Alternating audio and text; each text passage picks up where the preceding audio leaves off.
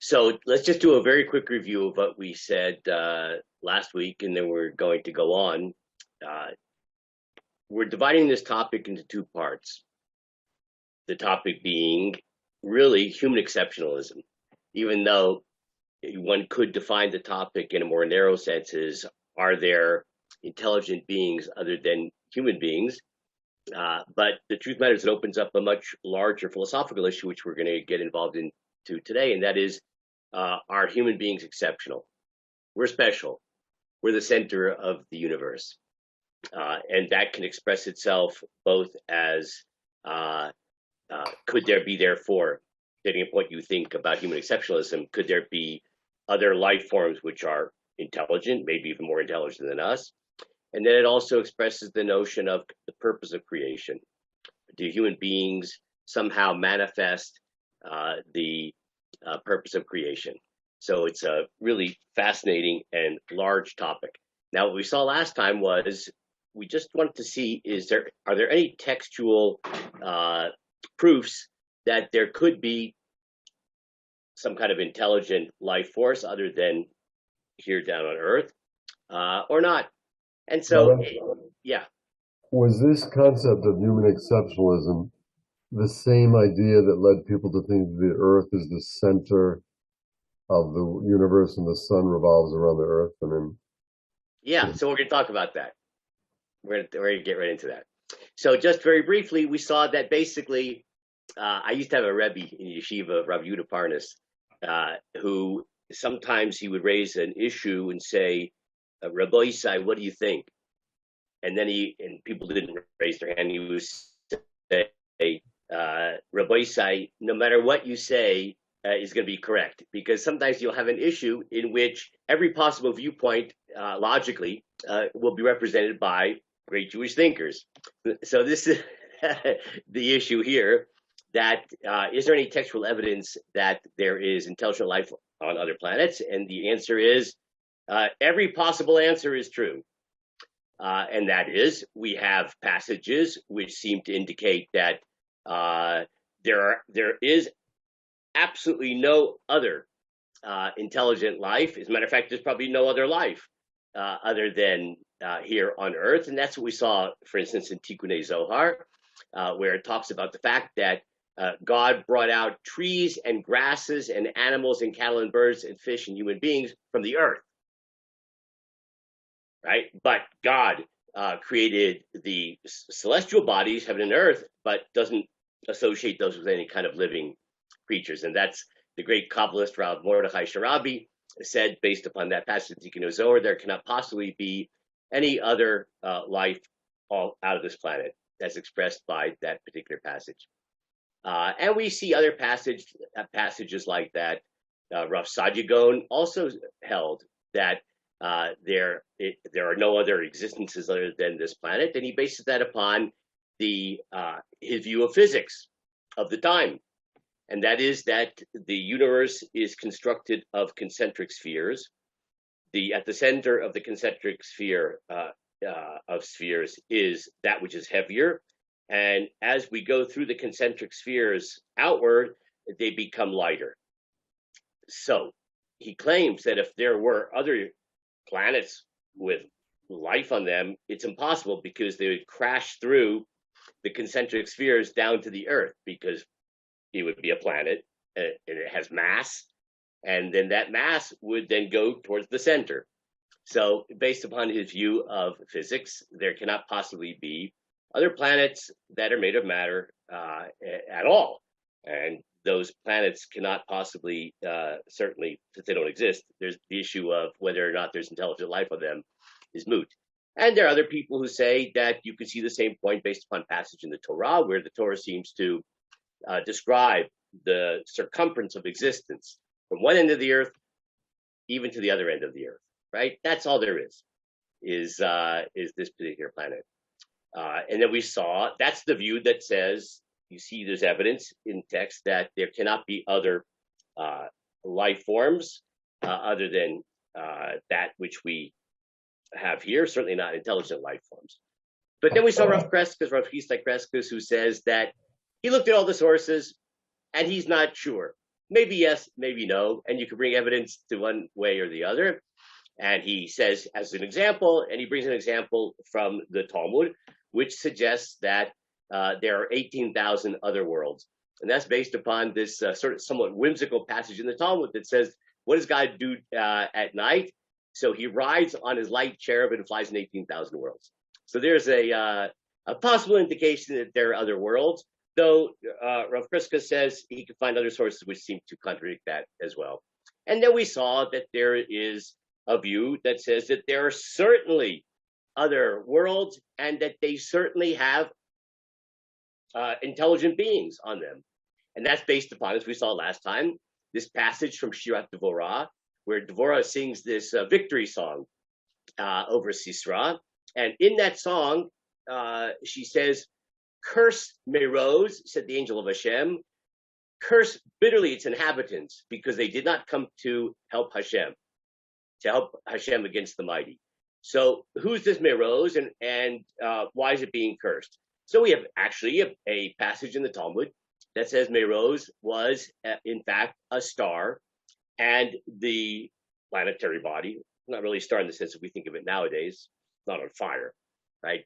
Some kind of planetary entity. And the other stars participated in the war against Sisera, but this one didn't, specifically its inhabitants. And the verse there says, cursed be Meroz, which is the name of this other planet, and its inhabitants, right? That's the inhabitants that live on Meroz. So based upon that Talmudic understanding, it seems to suggest that there are other planets which have intelligent life forces on them. I say intelligent because how else would they be cursed, these inhabitants of this planet, if they had no free will, right? So it must be that they had free will that therefore merited becoming the object of being cursed. So we have all kinds of possible views, every possible view, right? From cannot possibly be intelligent life forms to there's definitely intelligent life forms to I don't know. Okay, so you can be an agnostic, you can be a affirmer, you can be a denier. Fine. So we also saw that there's a passage in Tikkunei Zohar which refers to these other worlds, right? And as a matter of fact, without limit, right? So based upon this verse in Shir Shirim, there are 60 queens and 80 concubines and maidens without number. So maidens is alamot, and the Tikkunei Zohar says, read it, not alamot, but olamot. So there are worlds without number. Fine. And then we saw another passage, which was in the Mishnah, which also can be interpreted as affirming the possibility of other worlds. And this is this reference which says that if you be good Jewish boys and girls, you're going to inherit other planets, right? Based upon this verse that says that God is going to bequeath to those who follow his will, yesh. So what do we inherit when we get yesh? So yesh, the numerical value, is this 310. So we're going to get 310 worlds if we're good Jewish boys and girls. Fine. So that's what we did last time. So we see that every possible view, you could find some textual support for it. And I want to get into the more philosophical aspect of this, and that is what we could call anthropocentrism. That is human exceptionalism. Are we the center, right? Anthro people and centrism. Right? Are we the end all and be all of creation? And that really is the philosophical underpinning of this whole issue. So let's take a look at some of the views on this particular issue. Now, yeah. Maybe you won't get to the point I might have raised before. Let's say we're discussing heart transplants or sex change operations, things of that sort. And we go through all the Jewish sources, and they're all various opinions. How do we factor in all various opinions if at the end of the day, we can do heart transplants and we can do sex change operations. What value is there of evaluating the fact that some people said, no, it's impossible, and some said, well, it may be possible. If at the end of the day, we know that they take place. I mean, what's the Yeah. point of the philosophical underpinning in light of reality? Yeah. So that's an interesting question. So I want to put away, I'm not sure that the examples you gave are necessarily the best, but I think I understand your question. And a somewhat cynical thought occurred to me as you were asking your question. That is that philosophical speculation is the last resort in the case of ignorance. In other words, if you can't prove it based upon empirical evidence, we could sit around and speculate philosophically. I think that's really your question, right? If in fact, there's no point in discussing whether or not theoretically could a baboon heart exist in a human being, and trying to find passages in the Zohar that say yes or no, if in fact someone did such a thing and it worked, right? So now the issue here is that we haven't found, we don't have the technology, at least right now, to know whether or not there are intelligent beings on other planets, and the implications of that. So in the absence of empirical proof, we're left with philosophical speculation. So maybe in 100 years or 25 years, this issue may become slightly attenuated as a result of empirical evidence. But I just want to point out that even if we were to find intelligent beings on other planets, it wouldn't necessarily answer the question of anthropocentrism. Why? Because we could say that, wow, there are these super smart Einstein lookalikes on some other planet, but does that affect my sense of a human being be the center and purpose of creation or not? Maybe they're there, but whatever, they're smart, so what? They're not the purpose of creation. We are. As a matter of fact, they're there to serve us. I mean, you need people that are smart to do things for you. So it is interesting that in this particular issue, empirical evidence wouldn't necessarily solve all the problems. It might make it more acute if we do find Einsteins on other planets. That certainly makes the issue more perplexing in terms of how could you claim that we're the center of all existence. But you could say we are the center of all existence and they're there to serve us. So the empirical evidence in this particular case wouldn't necessarily solve the issue. I hope that was clear. Okay, let's now take a look at the Rambam. I'm sorry, Rav Saadia Gaon. Now, if you remember Rav Saadia Gaon, we're going to see something very interesting, a consistency. Rav Saadia Gaon said, based upon his view of metaphysics, there can't be other worlds, right? Can't be other worlds. That was based upon metaphysics, because if there was matter that was in a higher sphere, it would crash down into the center, which would make it just part of the earth. So based on metaphysics, there can't possibly be other worlds. But here, Rav Saadia Gaon deals with the issue of, is man the purpose of creation? And you'll see how he deals with it in a fascinating way. It's the same methodology. So let's read what he has to say here. This is written in Arabic, right? In his Emunot Dedeot. Even though we see that the creatures are many in number down here, right? There's all kinds of creatures, snakes, alligators, all kinds of things. Nevertheless, we need not be confused in regard to which of them constitutes the goal of creation. So many creations, but what's the purpose of creation? He says, don't get confused. Don't think that dolphins could possibly be the purpose of existence, and we're just secondary. No. He says he can solve this problem based upon metaphysics, as you'll see, which he thinks is physics. For there exists a natural criterion by means of which we can determine which one of all the creatures is the end. When then we make our investigation with this criterion as a guide, we find that the goal is man. So he's completely anthropocentric, based upon physics, metaphysics. Now, what's the metaphysics? You're about to see. We arrived at this conclusion the following manner. Habit and nature, I'm not sure this translation is the best translation in the world. He means really natural law. Place whatever is most highly prized in the center of things, which are themselves not so highly prized. That which is more significant is in the center. Now, you'll see how he gives you examples of this. Beginning with the smallest things, therefore, we say that it is noted that the kernel lodges inside of all the leaves. So plants that produce fruit. So he claims that which is a significant part of the plant is enveloped with protective leaves.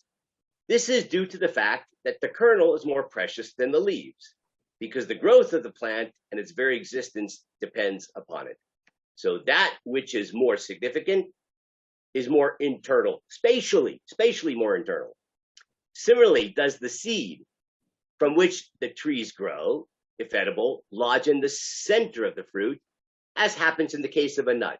So you have a shell, and then the edible part, which is the significant part, it's in the center. We see by observing the world, that which is more significant is in the center. But even if a tree grows from an inedible kernel, this kernel is located in the center of the fruit, no attention being paid to the edible portion, which is left on the outside to preserve the kernel. In the same way as the yolk of the egg, in the center, because it springs from the young bird and the chicken. Because from it, springs the young bird and the chicken. Likewise is also the heart of man, in the middle of his breast, owing to the fact that it is the seat of the soul and of the natural heat of the body. So the heart is in the center because it's the most significant part of the body. So too is the power of vision, located in the center of the eye, because it is by means of it that one is able to see. When, therefore, we see that this situation appertains to many things, and then we find the earth in the center of the heaven, with the heavenly spheres surrounding it on all sides, and we get that notion of all of existence being constructed from these concentric spheres. And what's in the center? Right? Us. So then we find the earth in the center of the heaven, with the heavenly spheres surrounding it on all sides. It becomes clear to us that the thing which was the object of creation must be on the earth. Yeah, but the whole theory gets tossed out if we're not in the center. 100% right. So let's just finish the last sentence here, and we'll talk about it. Upon further investigation of all of its parts, we note that the earth and the water are both inanimate, whereas we find that the beasts are irrational. Hence, only man is left, which gives us the certainty that he must unquestionably have been the intended purpose of creation. So I just want to make a few comments here, okay. So he certainly this is viewing the universe as everything revolves around the earth, right? That's his understanding of things. So since the earth is in the center, it must be that it is the purpose of existence. But then wait a second, there's a lot of things on earth. So maybe dolphins are just as important as human beings. So he says that, well, we have to now create some type of ways of creating a gradient of what's more significant here on earth. And so he just says that, well, it's pretty obvious that it must be man, not because of the spatial relationship, but because animals are animals. It can't be the purpose of existence. Hang on a second, let me just finish. So, and so therefore, by default, it's human beings. So the earth is in the center of existence, and we are the only intelligent beings on this planet. So it must be that we are the purpose, unquestionably, of creation. Well, why do we need to create this hierarchy at all? I mean, for those of us who have a scientist background, even a little bit, we know that humans on the planet are here for a blip. There have been millions, if not billions, of species here before us. It's still here. So why must we have this set order? Why not just say life was created on the planet, and be done with it at that. I mean, and we're one of the life forms. And Yeah. God likes life forms on Earth. I mean, Yeah. Okay. So why is he even asking the question? I think is really your point, because he feels that God must, this existence must be purposeful. God created everything. There must be a purpose. Can't be just arbitrary. So what is the purpose of creation? Well, that's a good question, and tremendous implications as far as Rosadio is concerned, because how important am I? What is God's relationship to me? Now, the fact that other life forms may have existed before human beings, even the biblical creation story, right? Man is the last thing to be created. That doesn't necessarily impact upon the significance of that which is created. But since I want to know, why did God create this universe, right? So I need to know, is it for us or for some other being? So based upon his understanding of how the universe is constructed, we're at the center sphere, and we're the only beings that are intelligent on this planet, presumably. So therefore, we must be the purpose of creation. We're important. is it true that when Sajja is writing, he's presuming that the world is about 6,000 years old, and we are sort of, in other words, the biblical narrative is much more literal than anything, Yeah, and I, that's the end I all think be that's all. fair. I think that's fair. So now you're saying, and right, you're not the first to say it in the shiur here, that in fact, this whole thing is based upon since it's really interesting that he creates theology out of metaphysics or out of physics, his understanding of the natural world. Wait a second, this whole thing falls apart once you say that, guess what? We're not at the center. So the whole thing is undermined. But it is interesting to note how he went about thinking about this, how he saw this connection between, his understanding of the natural world, and then had philosophical, theological conclusions based upon his understanding of the natural universe. Wouldn't it make more sense to say that God is at the center? Well, God is not anywhere. He's everywhere. I'm not sure what that would mean to say God is at the center. He's not limited spatially, I hope. Okay. So I bet you're curious what the Rambam thought about this. And here is something really fascinating. It's going to require a little bit of work. One of the most famous and controversial issues that the Rambam discusses in the Guide for the Perplexed is his argument with Aristotle on whether or not creation happened. Aristotle held, at least according to the Rambam, that there is no beginning.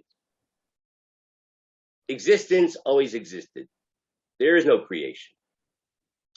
Whereas the Rambam concludes that there's a creation. Now, what's fascinating, and the reason it's controversial, is because the Rambam says that he came to his conclusion through philosophical reasoning, not because the Torah says that there's a creation story.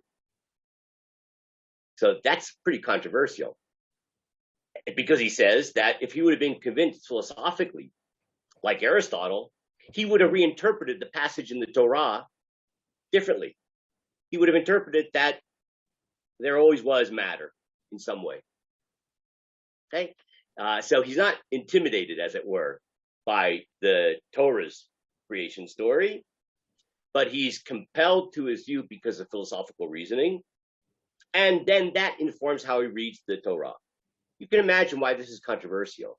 Right? What becomes the primary source of knowledge? Is it through philosophical reasoning, which then you use to interpret the Torah? Or do you read the Torah in some kind of straightforward way, and that informs how you understand the universe? So that's a really interesting issue there. And that's why this is a controversial passage. But after he comes to his conclusion that he's going to accept the Torah's view of things, that there's creation, or at least the simple reading of the Torah, because of philosophical issues. He thinks that Aristotle's wrong philosophically. The logic is wrong. So then he has to deal with a very interesting question. Given the fact that there's creation, that you might think forces you to ask the question about purpose. See, if you say that there is no beginning, then it becomes perhaps even irrational to talk about purpose. Purpose is only, that question comes up if you think someone did something. So why did they do it? So God did something, he created. So then you could ask, why? But if matter always existed, it's coexistent with God, like Aristotle says, then the question doesn't even begin. Like, why was this brought into being? Because it wasn't brought into being, it always was.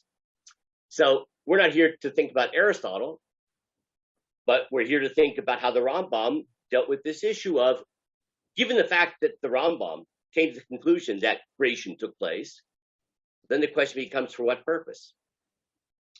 So let's look at how he deals with this. It's a little complicated. Let's just start and see what happens. Of those who accept our theory that the whole universe has been created from nothing, some hold that the inquiry after the purpose of the creation is necessary. Right? If God created, so then why? And assume that the universe was only created for the sake of man's existence, that he might serve God. This is a typical view. God created. The very last thing he created was the human being. And that, in fact, is the end all and be all of creation. And everything else that exists is only to serve that purpose of man, so that the man can serve God. Everything that is done, they believe, is done for man's sake. Even the spheres move only for his benefit, in order that his wants be supplied. Remember, the Rambam shares the view of Rosh Hashanah about the structure of the universe, and it's composed of these concentric spheres. And this was the widespread belief from the times of the Greek thinkers until Middle Ages. Is man serving God just as logical as the rest of that assumption? So help me understand your question. Well, you can have A, B, C, D, but not E. And it's to suppose that God, who needs nothing, created man to then serve God. I mean, God could have a purpose in creating man, but I'm not sure that that one is as logical as the others. I don't understand the logic on that. That's a very good question. We'll get into that. You'll see, right, that he's making a certain presumption that man must be the purpose of creation.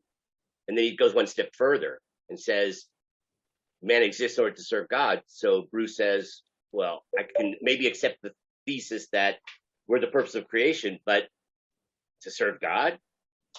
What does God need us for? You'll see that you're not the first to think of that question. So just hang on to that. Okay. The literal meaning of some passages in the books of the prophets greatly support this idea. This is typical of the Rambam. The Rambam is saying, I understand why you think the way you think, because there are plenty of literary sources in our tradition which support that. So he now quotes from scripture. A verse from Isaiah, Yeshayahu. He formed it to be inhabited, right? God created this world to be inhabited, meaning by us. We are the purpose. If my covenant of day and night were not, etc. This is from Yirmiyahu, and spreadeth them out as a tent to dwell in. All these ideas that God created in order to create an abode for us. If the sphere existed for the sake of man, how much more must this be in the case with all other living beings and the plants? So he claims that this notion is actually not compelling. On examining this opinion, as intelligent persons ought to examine all different opinions, we shall discover the errors it includes. Those who hold this view, namely, that the existence of man is the object of the whole creation, may be asked, whether could have created man without those previous creations. So according to the biblical view, which he's going to disagree with, at least the simple biblical view, man is at the end of the process of creation. Everything else is there in order to enable the existence of man, who then is to serve God. So the Rambam says, well, let me think about that for a second.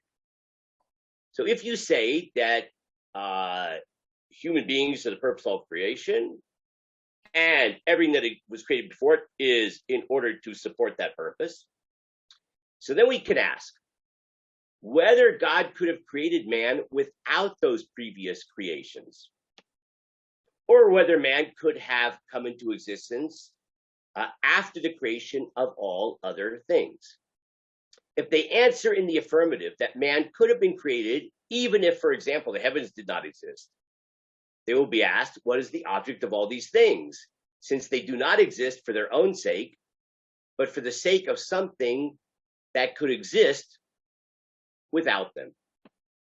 So wait a second. If we say that God could have created a universe which didn't necessitate a mosquito, God could have created the world with human beings without the necessity of without there being a mosquito. So then why do mosquitoes exist? I was thinking more of the billions of galaxies that exist. The universe is practically infinite. I mean, why not just make like maybe our solar system? Yeah. I mean, okay, so you're making a little bit more dramatic, but you were thinking big. I was thinking small, from galaxies to mosquitoes. Now he goes on. Even if the universe existed for man's sake and man existed for the purpose of serving God, as has been mentioned, right? That's the other view. Let's even assume that. The question remains, and here's Bruce, your question. What is the end of serving God, meaning purpose? He does not become more perfect if all his creatures serve him and comprehend him as far as possible, nor would he lose anything if nothing existed besides him, right? Like God somehow needs us, right? He needs us to serve him. What sense does that make? It might perhaps be replied that the service of God is not intended for God's perfection. It is intended for our own perfection. Like that could be the answer that his opponents could give. Like, oh no, of course God doesn't need us, right? But we exist to serve God because we need it. But then the question might be repeated: what is the object of our being perfect? Why do we have to be perfect? Right? God created us so that we could become perfected through serving him. And does that perfect us? I mean, we're far from perfect anyway. That's another question. How does the Torah make us more perfect? So isn't it obvious? Look at how perfect we all are in this room. So in any case, right, he says, what's the purpose of our being more perfect? We must, in continuing the inquiry as to the purpose of the creation, at last arrive at the answer. So here's the Rambam. It's the will of God, or his wisdom decreed it. And this is the correct answer. In other words, the seeking of purpose,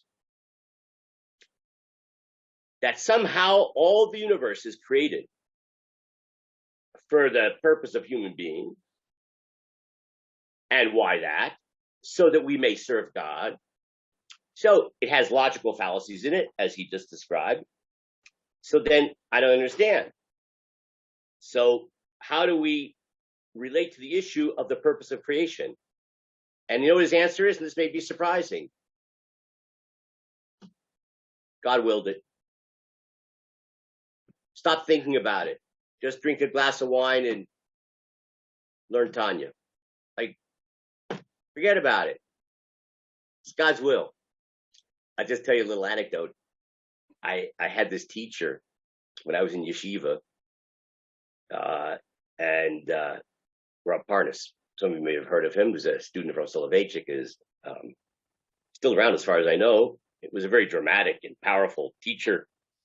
And I remember a few times he would have an argument with somebody in the shiur, and he couldn't convince this other person of his view. And then Rav Parnas stood up. He was very tall and imposing person. He stood up and he said, "Thus my wisdom has decreed it. Kach gazra chokhmati." So when he couldn't convince the other person, he just said, "So my wisdom decrees." Okay. So that's the attitude towards God. It was the will of God or his wisdom decreed it, and this is the correct answer. And he shows how this actually is the Jewish view in tradition. The wise men in Israel have therefore introduced in our prayers for Ne'ilah on the Day of Atonement the following passage, quote, "Thou hast distinguished man from the beginning and chosen him to stand before thee. Who can say unto thee, what dost thou? And if he be righteous, what does he give thee?" So this is the prayer we all say in Ne'ilah. And it says, like, okay, you created us, but like, why? We give you something. We make your life better, God? Of course not. They have thus clearly stated that it was not a final cause that determined the existence of all things, but only his will. Thinking of causality in terms of God, the Rambam claims, doesn't make sense. I have a big problem with this Rambam, and it even seems to contradict another idea in the Rambam, but I'm going to share that with you a little bit later. This being the case, we believe in the creation. We who believe in the creation must admit that God could have created the universe in a different manner, because it's not something that you can understand in terms of causality. This exists for the purpose of that. So God could have done it no matter how he wanted to, as regards the cause and effects contained in it. And this would lead to the absurd conclusion that everything except man existed without any purpose. As the principal object, man could have been brought into existence without the rest of creation. So somehow to come to the conclusion that, oh, we're the purpose of creation, but nothing else had to be in order to support the purpose of man's creation. So then we would say man is purposeful, but everything else is not. That doesn't make any more sense.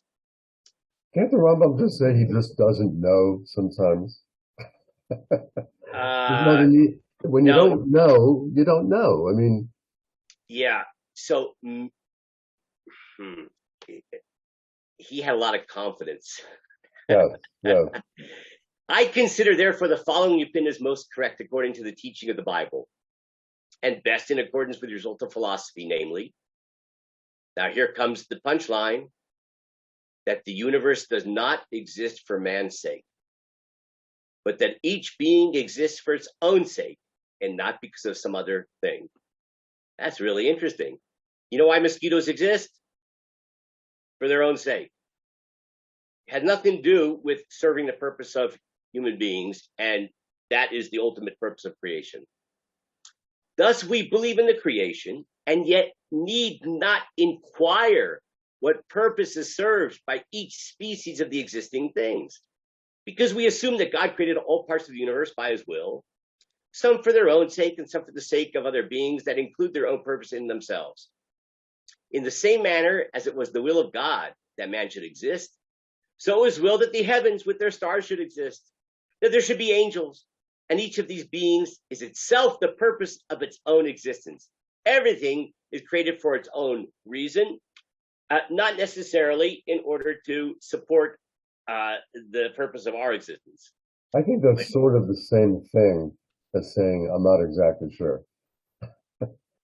I mean, no, he doesn't say it. Right, but I think that's what's implied. Like, because he thinks philosophically that he's sure that it's not for that other things don't exist for our purpose, right? That he's sure of philosophically. Right. So then why? So he just ends up saying, don't ask the question. It's a ridiculous question. He also doesn't know about extinction events like asteroids and all kinds of stuff that have happened on this earth. Yeah, but that wouldn't trouble him. He'd just say, actually, he might say it would support his argument, because his argument was we could exist without mosquitoes. So therefore, also, if there was extinction of species, whatever, that just supports his point that you see that whether or not this species exists is irrelevant to our existence. So it gets back to the question about purpose. Here God's creating a world filled with creatures, and then, assuming he's in control of every event, and then he goes and wipes them out. Yeah. And then does it many times. Like yeah. he's, So, okay. you know, So that I playing a think board game. that supports the Rambam, right? Because like whatever, the world doesn't revolve around us. God has his own considerations, which we're not privy to. When anything can only exist provided some other thing has previously existed, God has caused the latter to precede it, as sensation precedes comprehension. Just skip that. Maybe we should skip just a bit here. Yeah, actually, we almost finished. Here, let's just read the last two paragraphs. You must not be mistaken and think the spheres and the angels were created for our sake. Our position has already been pointed out to us. As Isaiah says, behold, the nations are as a drop of a bucket. We're nothing. Don't be so egotistical that you're the end all and be all of existence. It's not true, as Yeshayahu says. It's interesting. When Yeshayahu says the nations are as a drop of a bucket, he includes all nations, even us.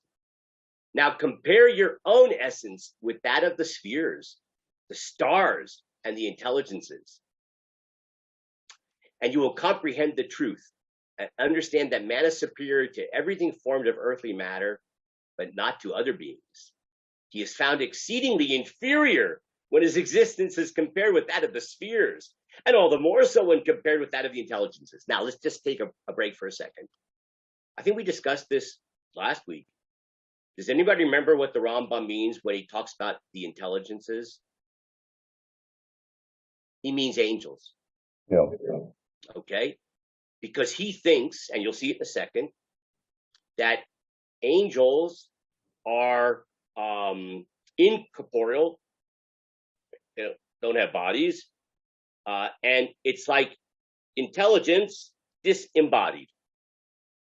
Now, he thinks that actually the planets and the stars are also those things.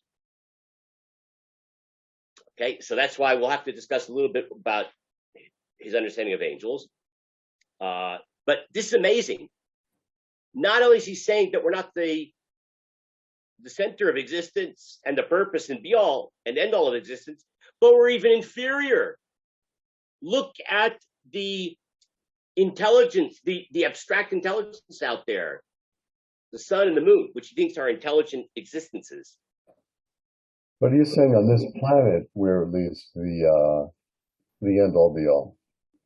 Well, he actually, because he's referring to the spheres, right? Remember, he thinks that all of existences are these concentric spheres. And he's just pointing out that in outer concentric spheres, there are entities, we'll call them, that are superior to us. So that's the universe to him.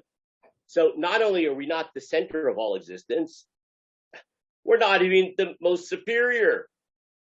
How can we compare our intelligence to that of the spheres and the intelligences, the angels? So now we're going to explore that just in a minute a little bit more. This must be our belief when we have a correct knowledge of our own self and comprehend the true nature of everything. We must be content and not trouble our minds with seeking a certain final cause for things that have none, or have no other final cause but their own existence, which depends on the will of God, or if you prefer, on the divine wisdom. So I think that probably some other people besides myself are a little troubled by this notion. Bruce, I also hear from you that, wait a second, what does it mean to say that it depends on the will of God or on the divine wisdom? Isn't that another way of saying God must have a reason, it's just we can't comprehend it? Also, just a quick But it doesn't sound like he's saying that. It sounds like he's saying the question is non sequitur. The whole notion of causality and purpose is a human construct, which is not relevant to God. Also, in the universe, let's say that our planet spins around every 24 hours, or day and night. Does that mean that God set that up in the beginning with laws of physics and is sort of like backing off, so to speak? or is he involved in every second in the rotation of the planet? So he's intimately involved second by second, or it's all set in place and, he's busy making other universes. Yeah, why are you asking that question? Because then you can get to the direct purpose, where is God intimately involved in every second. Yeah. So I don't think you have to necessarily link the two, because there is this notion of first cause, right? That in order to get things moving, there has to be the prime mover, right? That which is which moves others, but is not moved upon by anything else. That's this Aristotelian notion, and we can't discuss it right now. But so it could be that existence requires the constant input of energy of motion, which is supplied by God, who's the prime mover. But that doesn't necessarily imply that any of those things is purposeful in the sense that we think of it. Right? It just everything needs God's input in some way, but it's not necessarily purposeful. Again, like I mentioned it. Now, I just want to show you how this is not the only place where the Rambam says that not only are we not the prime purpose of existence, we're actually not even the most superior, right? At all. There are things that are superior to us in this universe. Look at this passage. If the whole earth is infinitely small in comparison with the sphere of the stars are rotating around the earth, what is man compared with all these created beings? Meaning, how can we again, that theme, how can we compare ourselves to these superior spheres? How then could any of us imagine that these things exist for his sake and benefit, and that they are his tools? Look up there. These things are these powerful embodiments of superior intelligence. And you think they exist for you? This is the result of an examination of the corporeal beings. How much more so will this be the result of an examination into the nature of the intelligences? Now, we're going to have to talk about how is the Rambam viewing the existence of these other entities? What are they?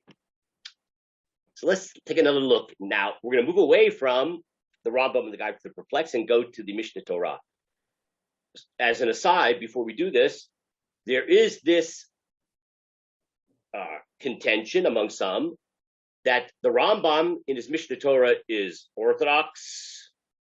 He's a good Talmudic rabbi, but in his Guide for the Perplexed, he's a philosopher, and that there are contradictions between the two, and that's because one of those the Rambam viewed as the primary expression of his beliefs, and the other one is whatever, secondary. So either the real Rambam is in the Mishna Torah, the Talmudic scholar, and he wrote the Guide for the Perplexed for people who are perplexed, but it doesn't really reflect what he thinks. He's just trying to calm people down. Or the real Rambam is in the Guide for the Perplexed, the great philosopher, and he wrote the Mishna Torah to keep people in line as law-abiding citizens so that he can then be free to philosophize. So the Rambam, in fact, doesn't limit philosophical discussion to the Guide for the Perplexed. It's in the Mishna Torah as well. Look at what he says there, Mishna Torah.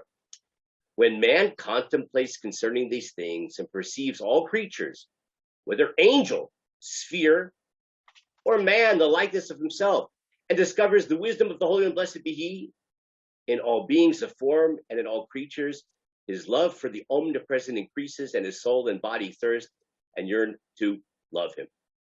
Blessed is he, and fear and terror because of his own significance, shortcomings, and levity seize him when comparing himself to one of the great and holy bodies. So when we compare ourselves to the great and holy bodies,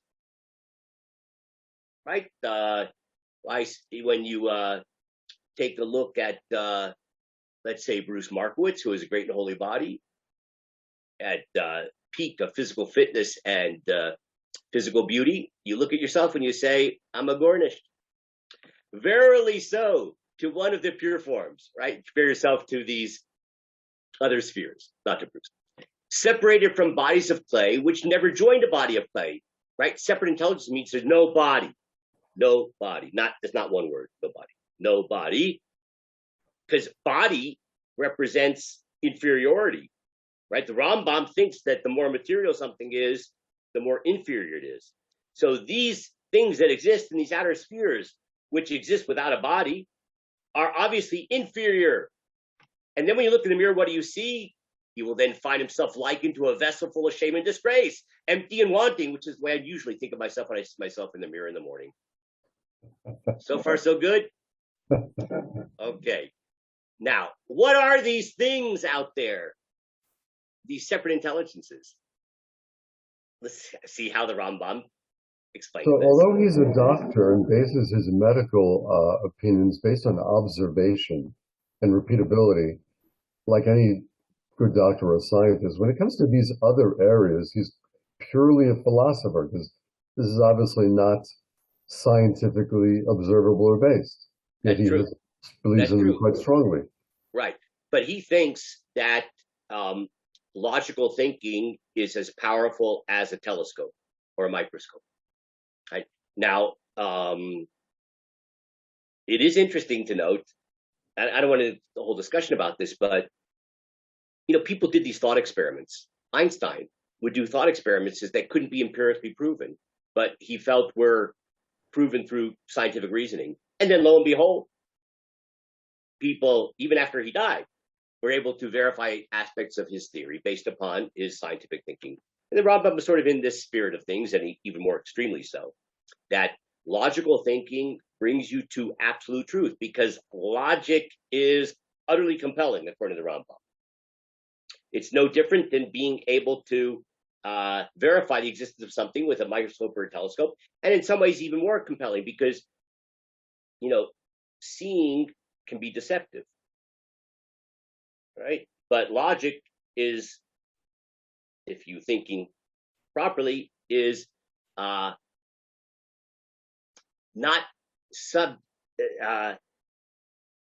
vulnerable to illusions. Right? You think you see something, but it's not what you think. Okay, so what are these separate intelligences? He says, the angels are likewise incorporeal. They are intelligences without matter. That's why they're superior. They're intelligences that are not rooted in the crudeness of stuff. But they are nevertheless created beings, and God created them, as we'll explain below. Let's take a look at another passage here where he discusses this. As for the existence of angels, there's no necessity to cite any proof from Scripture, where the fact is frequently mentioned, right? That obviously Tanakh talks about angels quite a bit. The term Elohim signifies judges. The cause of both parties will come before the judges, right? That's an example where the word Elohim is not referring to God at all, referring to human judges. It has been figuratively applied to angels. So the word Elohim can sometimes refer to angels and to the creators being judge over the angels. So the word Elohim can mean a lot of things. It can be a human judge, someone with authority. It can be an angelic force, or it can be God himself.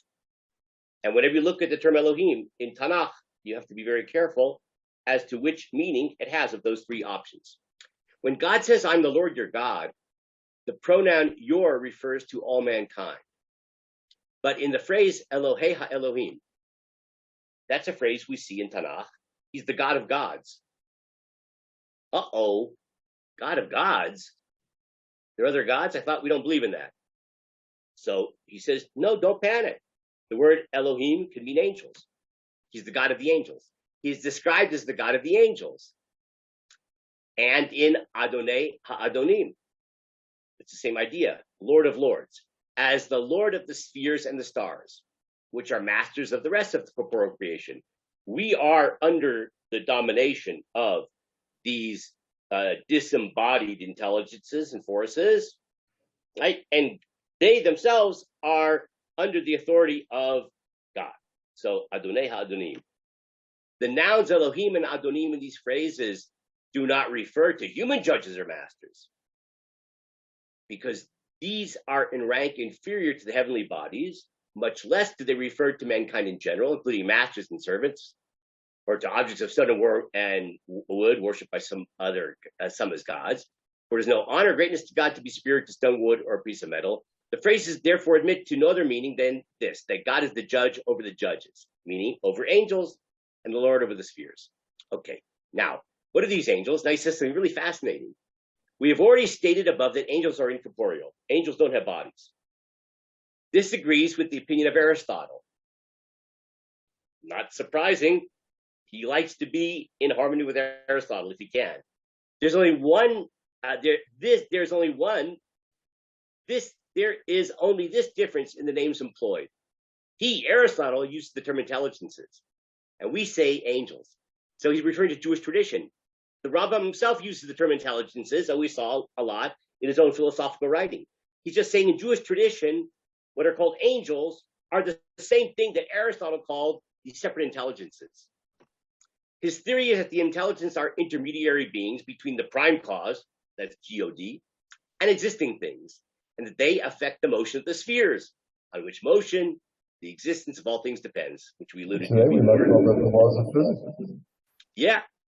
There's a kind of prime mover, right, which sets into motion other things, which sets into motion other things, and ultimately sets into motion our existence.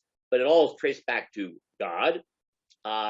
And these other forces that God sets into motion that come before us, so they're superior to us. They are these angels. This is also the view we meet in all parts of Scripture. Every act of God is described as being performed by angels, right? When the Torah describes an angel, right, it means that God is setting into motion certain energy, which then creates certain effects. But angel means messenger, hence everyone that is entrusted with a certain mission is an angel. Whenever God creates a force, in nature even, that force is in that sense an angel. It's a force created by God for a certain effect. Okay. So this is a way to understand much better the notion of the Rambam. We talked about separate intelligence, but the bottom line for our purposes is, if Rav Sajigon is decidedly anthropocentric, based upon his understanding of how the universe works, the Rambam is exactly the opposite. That not only are we the end all and be all of creation, we're not even the most superior thing that exists in creation. In fact, these separate intelligences are superior to us. Amazing humility expressed by one of the most humble of Jewish thinkers of all time.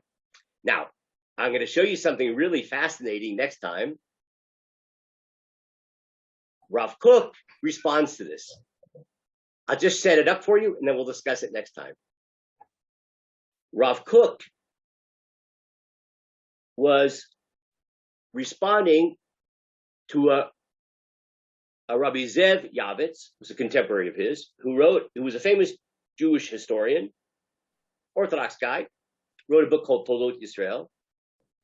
And this author was very critical of the Rambam in the same kind of fashion that the Rambam encountered a lot of opposition in his own lifetime. And shortly after he died, when his books were burned. And that type of criticism is echoed by this Rabbi Zev Yavitz. And the Rambam Rav Kook comes to the defense in a personal letter to Rabbi Yavitz, the Rambam. Now, what's interesting about this is that the Rambam is a rationalist, obviously. Rav Kook is a mystic. And Rav Kook is also a traditionalist. So this notion that somehow we're not the end-all and be-all of creation, that things don't exist for our sake, and that there may be existences which are superior to us, not only does that not trouble the Rambam doesn't trouble Rav Kook. Rav Kook thinks that the Rambam made a tremendous contribution, which if more people would know about the Rambam that we discussed today, they would still be religious. It's because they didn't learn the Rambam that they left Judaism. So you'll see how he lays out that argument in a really fascinating way in our next installment. Thank you. Thank you, Now, Rose. for those of you who may be a little depressed because you're not the center of all existence and the purpose and of all existence, know that I'm sure your significant others, whether it's your spouse or your children or your pets, do think that you are the center and purpose of all existence. So I leave you with those consoling remarks. Do you have any modern day rabbis on your list of notes? I mean, sort of. I mean, we actually discussed last week, Mordechai Eliyahu died just a few years ago. You know, I meant a scientist rabbi person. I mean, like a Rabbi Tendler type, someone who's educated in all worlds and fairly current. Yeah. No. I'm not sure there's actually. I mean, you'll see. We'll discuss Dr. Lamb by the time we're done, who really did grapple with this in a very fascinating way. And even though he also is no longer with us, but in terms of scientific and philosophical development, nothing has happened since he died that would necessarily change things. So I know you say that, but even the U.S. government has come out saying, listen, there's lots of stuff flying in space we've recorded, radar observed by the best pilots in our military. We can't explain them. They're not ours, they're not Chinese, they're not Russian. We don't know what they are, and we don't think they're from this earth. Now that's a question rabbis have to actually deal with. That's what I'm saying. It's like heart transplants. So the problem is that not theoretical. There's no compelling evidence one way or the other, even with the sightings of these Air Force pilots, etc. I think I've seen a lot of the articles, and there are certain things can be explained, certain things can't be explained. But even when they can't be explained, it's because we haven't found necessarily a naturalistic explanation for it, other than being some intelligent beings from another planet. Then you haven't read what I sent you. Well, maybe they're just from the future. I sent you a couple of very short videos. One of them is from the head of the United States investigating, black ops. And he came out. He has since moved on from that government position. He's interviewed around the world, saying, "Listen, and this is, you can't get more current than this and more honest or praise eyewitness testimony." And he's saying they're not ours. They're not from here. I mean, I'm not sure what else we're waiting for. So I mean, but these people have also detractors who are privy to the same information. No, I don't think they do. You look at this objectively, you're going to find out they do not, because they're the ones in charge of the program. Yeah. So I'll just leave. I got to get going, but I'll just leave it with this. I am firmly convinced that I understand exactly what's going on, and it all can be traced back to Q, as in QAnon. That is the explanation. And with that, I wish you a fantastic day. Thank you. Like I said, take care.